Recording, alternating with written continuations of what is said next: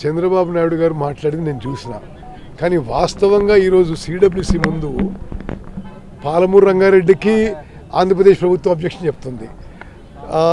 కృష్ణా నదిపై అన్ని ప్రాజెక్టులు అబ్జెక్షన్ చెప్పారు, గోదావరి నదిపై అన్ని ప్రాజెక్టులు అబ్జెక్షన్ చెప్పారు. మరి వాళ్ళు చెప్పిన దానికి చేసిన దానికి తేడా ఉందని మాత్రం స్పష్టంగా తెలియజేస్తారు.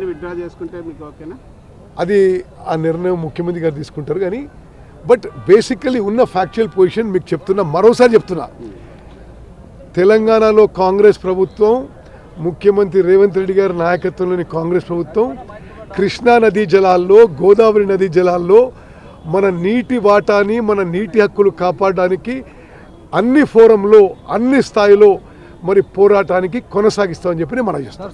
ఆ ఆర్టికల్ 31 ప్రకారం వేసినాము. ఈరోజు సుప్రీంకోర్టు మీరు ఇది కాంప్రహెన్సివ్ సబ్జెక్టు ఆర్టికల్ 131 గ్రామ్ అంటే ఆ విధంగా ఈరోజు రేపట్లో అయిపోతున్నాం. ఎగువ రాష్ట్రాలను కూడా ప్రతివాదులుగా చేరుస్తారా సార్ సివిల్ సూట్లో? అది సుప్రీంకోర్టు చూద్దాం.